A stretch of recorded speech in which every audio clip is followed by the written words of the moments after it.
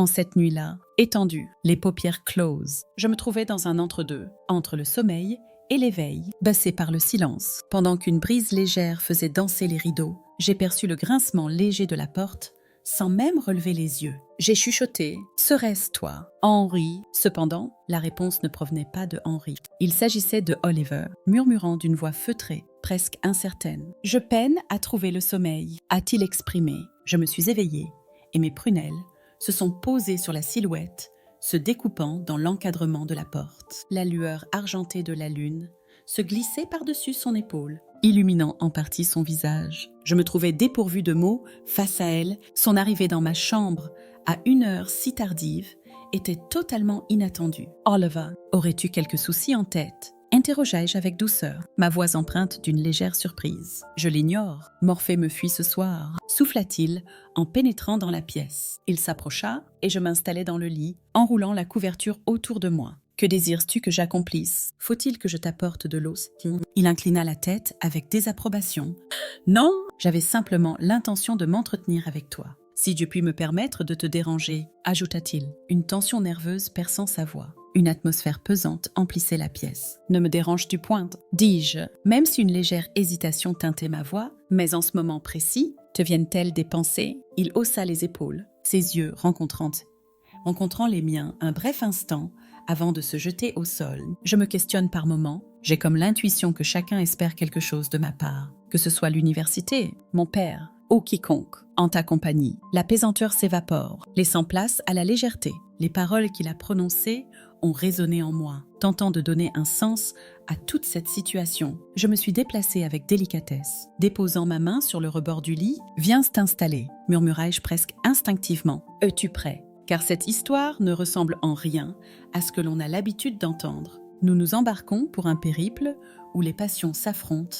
et les limites s'effacent. Si jamais tu découvres ces confidences pour la première fois, demeure parmi nous. Abonne-toi et active les notifications. Cette narration promet d'être la plus étonnante que tu n'aies jamais eu l'occasion d'écouter. » Il hésitait avant de prendre place à mes côtés. Une nervosité enfantine l'habitait, tandis qu'il posait ses mains sur ses genoux et demeurait assis en silence un bref instant avant de se mettre à s'exprimer. « Mon géniteur me chérit, je sais qu'il a mentionné, esquivant toujours mon regard. Mais par moments, je me sens tel un étranger, comme si je ne faisais pas partie de son univers. » La façon dont Oliver s'exprimait m'a pris de court. Il avait toujours été empreint d'une certaine joie de vivre. Espiègle, un jeune homme qui semblait insouciant. Je n'avais point perçu l'ampleur des tourments qui se tapissaient en mon sein. « Naturellement, » ai-je répondu, « tu évolues en grandissant. Ces émotions ne sont que passagères. Tu n'es point un inconnu pour ton géniteur, ni pour ma personne. » Oliver marqua une pause, puis s'exprima avec tant de douceur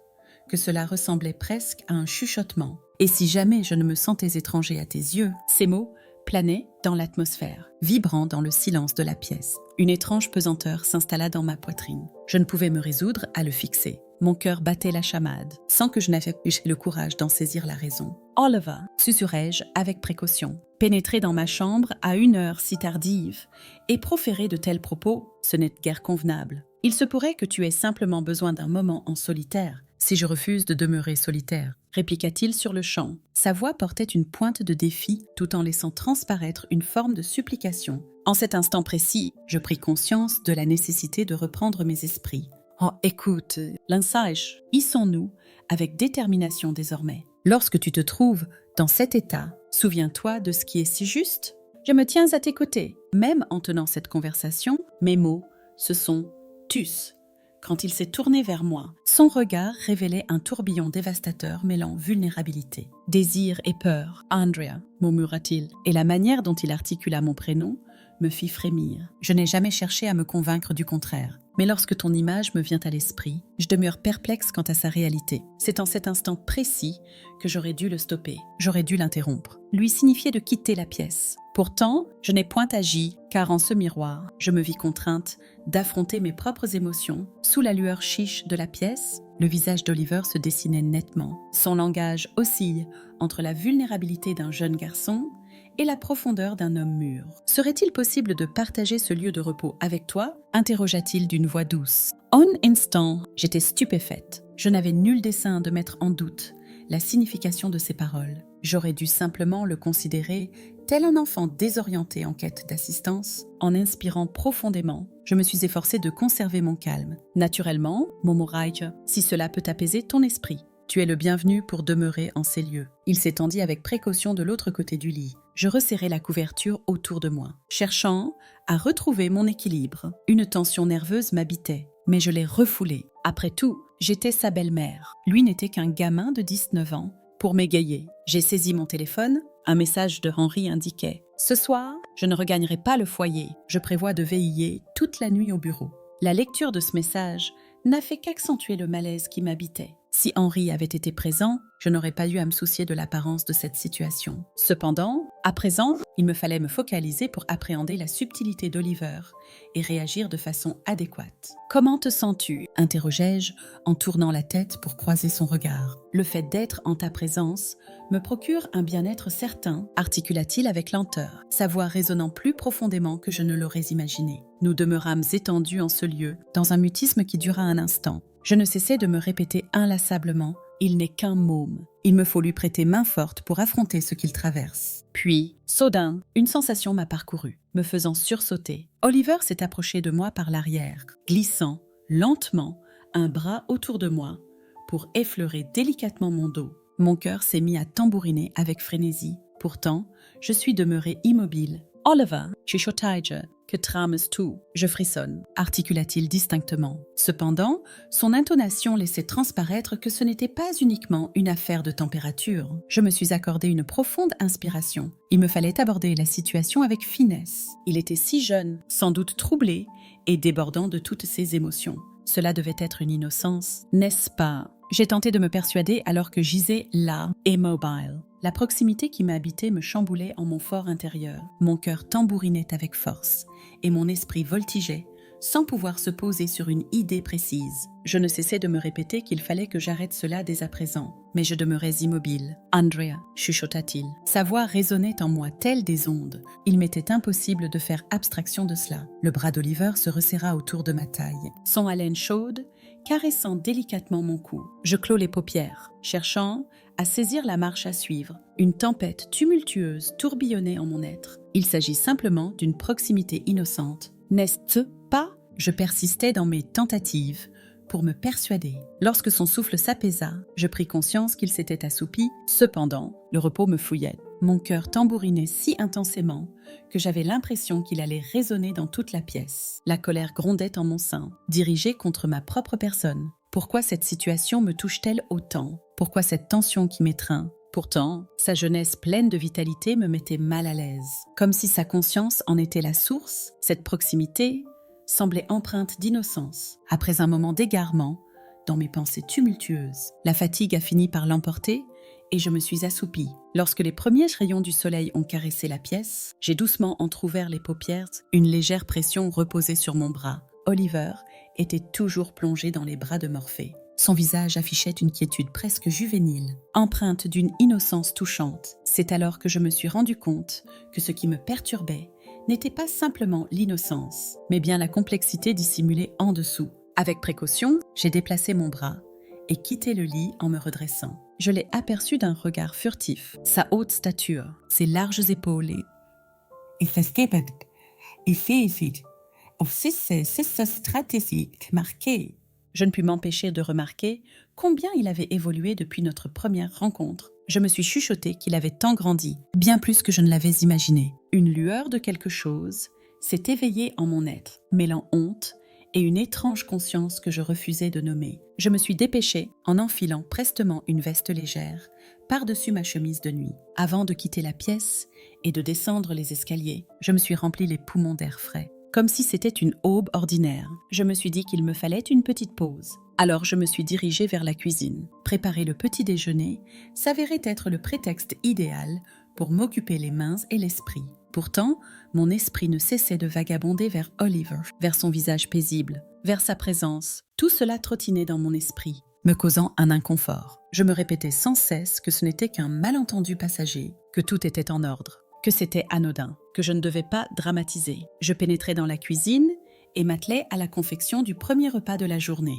bercé par le vrombissement de la cafetière. Mon esprit restait obsédé par l'image d'Oliver à l'étage. Il me fallait reprendre mes esprits, Tout était en ordre. Gardèrent mon calme. Me suis-je chuchoté. C'est alors que la voix de Henri m'a fait sursauter. « Salut ma belle », fit-il, en se montrant dans l'encadrement de la porte, son visage marqué par la fatigue. Un instant, je me suis figée, tiraillée par l'incertitude. Je me suis efforcée d'esquisser un sourire rapidement. « Salut », j'ai répondu, répondis-je. Henri s'approcha de moi et déposa un baiser sur ma joue. Sa présence exacerbait ma tension. Quelle délicieuse odeur flotte dans l'air. Le petit déjeuner est sur le point d'être prêt, s'exclama-t-il avec joie.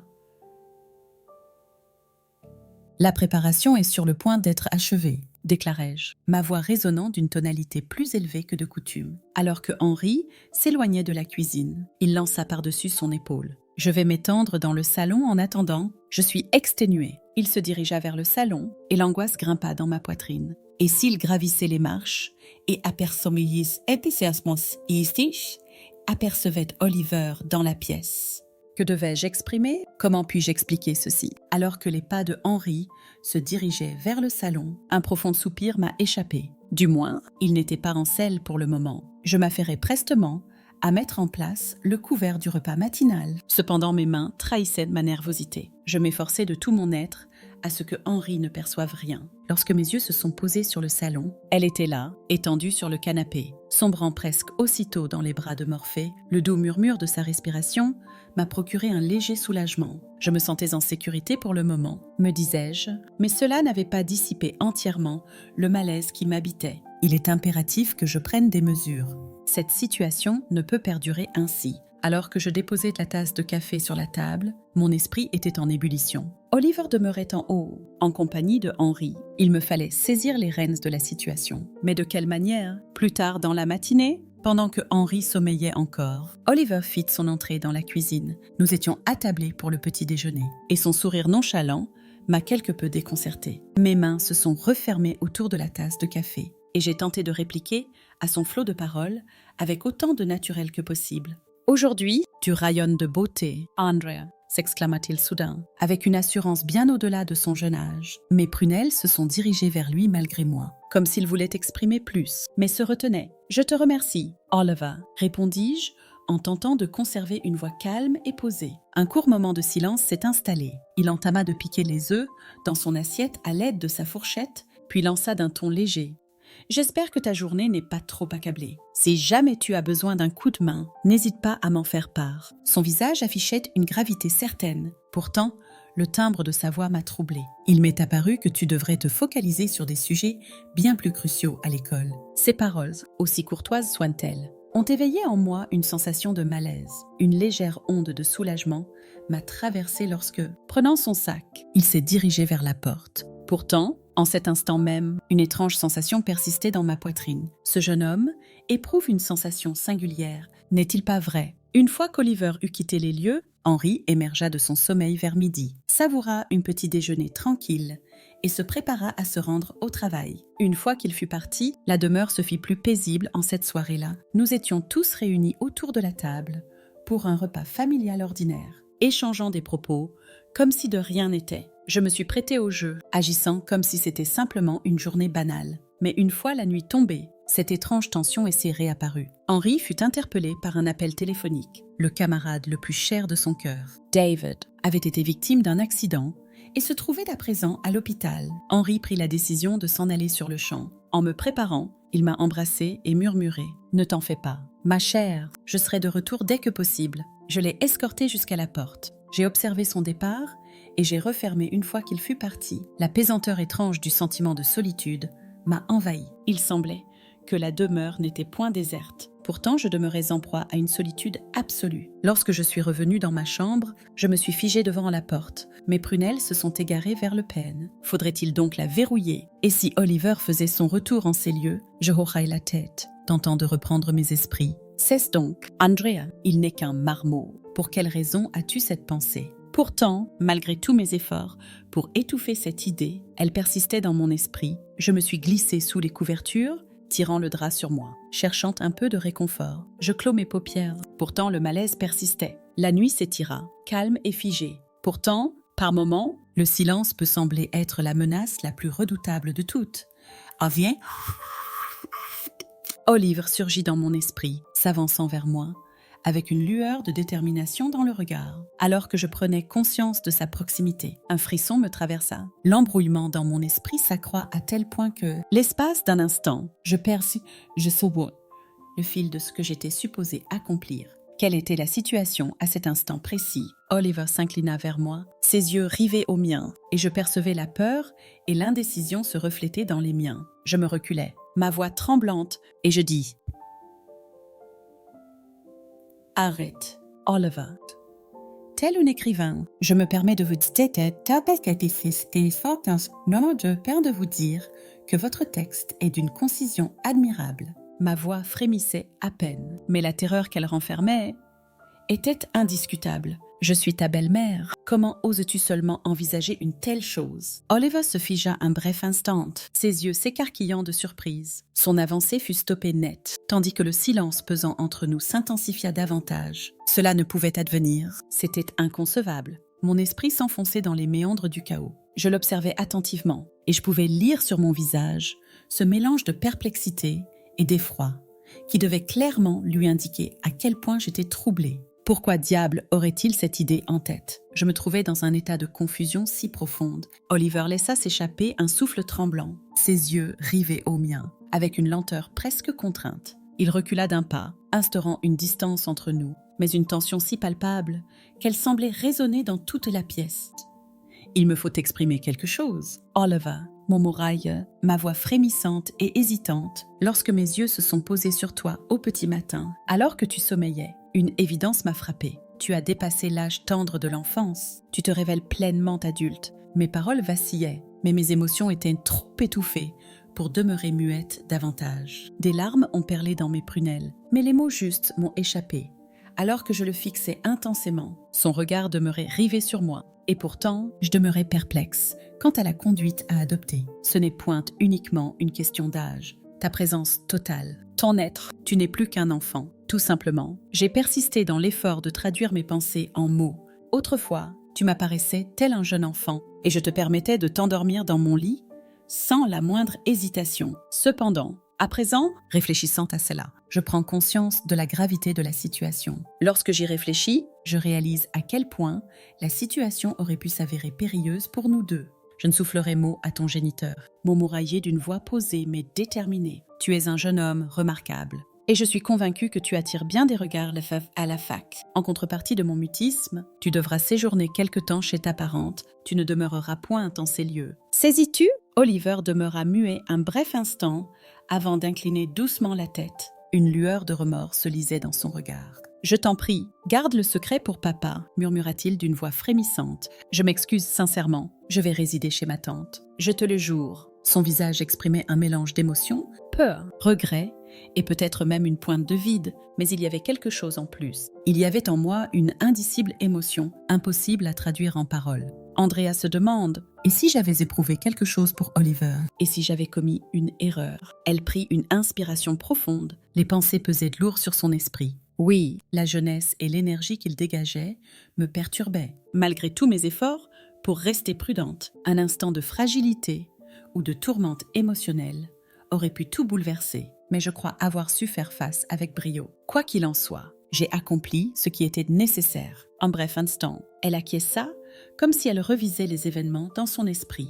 Tout baigne. Oui, cela fut étrange et ardu, mais voilà que tout est désormais révolu. Oliver s'est installé chez sa tante et tout se déroule à merveille. J'étais quelque peu déroutée, mais à présent, j'ai le sentiment que tout s'est maîtrisé. Andrea marqua une pause, laissant échapper un soupir de soulagement. En vérité, tout est en ordre, pensa-t-elle, comme si elle découvrait une sensation de quiétude. Bien entendu, elle n'avait nullement conscience de ce qui allait encore se produire. Avec le temps qui s'écoulait, les choses ont fini par retrouver un semblant de sérénité. Au commencement, Oliver faisait de rares apparitions à la demeure, mais à chaque visite, son comportement devenait de plus en plus conventionnel. Les mots et les gestes perturbants avaient disparu, laissant place au calme. Tout semblait retrouver son équilibre. Lorsque les congés scolaires pointaient le bout de leur nez, Oliver reprenait ses quartiers, ce qui m'a procuré un certain soulagement. Durant cette période, il avait véritablement évolué. Il se montrait plus serein, plus avisé dans ses actions. On avait comme l'impression de s'être éloigné de ces instants de tension. Le retour d'Oliver s'est avéré être un véritable défi pour Andrea. Durant ces 5 mois,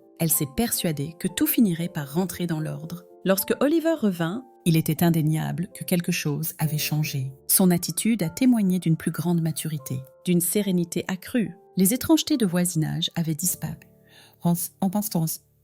Avait disparu, tout comme les attitudes déplaisantes. Andrea ressentit un soulagement profond en constatant qu'Oliver retrouvait un comportement plus conforme à la normale. Tout est bel et bien rentré dans l'ordre. Andrea était convaincue que désormais, Oliver saisissait tout. Il en a saisi les contours et s'est résigné à la réalité. Cette antique tension s'est entièrement évaporée. Andrea demeura muette un instant, avant de s'emplir les poumons d'une grande bouffée d'air. Il est possible que ce fût la meilleure option. Elle croyait que le temps se chargeait de tout. Désormais, il s'agit simplement d'une relation ordinaire entre une belle-mère et son beau-fils. Un instant, j'ai cru que tout était en ordre. Mon époux Al était en déplacement professionnel pour 1 semaine. Et pour être franche, j'étais vraiment soulagée de me retrouver enfin seule, dans une ambiance paisible, pour souffler et me délester du poids du stress que je portais. Oliver s'était comporté de façon bien plus mature ces derniers mois, ce qui m'avait réellement apaisée. Même si j'avais du mal à l'avouer, toutes les épreuves que nous avions surmontées nous avaient en quelque sorte conduites vers un lieu plus favorable. Je croyais que tout était arrangé. Mais cette nuit-là, il m'a pris par surprise. Après le départ de Henry, le silence qui enveloppait la demeure m'a procuré une étrange impression de tranquillité. Je me suis assoupie lentement dans mon lit, mais quelque chose clochait. Je demeurais dans l'ignorance de sa nature. Après m'être plongée dans un sommeil profond, je fus tirée de mon repos au beau milieu de la nuit par un bruit inattendu. Un grincement de porte suivi de pas résonna dans l'air. Une personne s'avançait en direction de ma chambre. Soudain, mes paupières se sont soulevées avec vivacité et une silhouette en mouvement a captivé mon regard, l'espace d'un instant dans la pièce. Mon cœur a fait une pause. Oliver se trouvait dans ma chambre. Il avait discrètement fermé la porte après son passage. Une onde de frayeur m'a submergée. Pour quelle raison à cet instant précis, de cette manière? Je demeurais perplexe, mais une intuition me soufflait que quelque chose clochait. Je me sentais démunie, mais j'ai gardé le silence. Il me fallait aborder cette situation avec délicatesse. « Oliver »,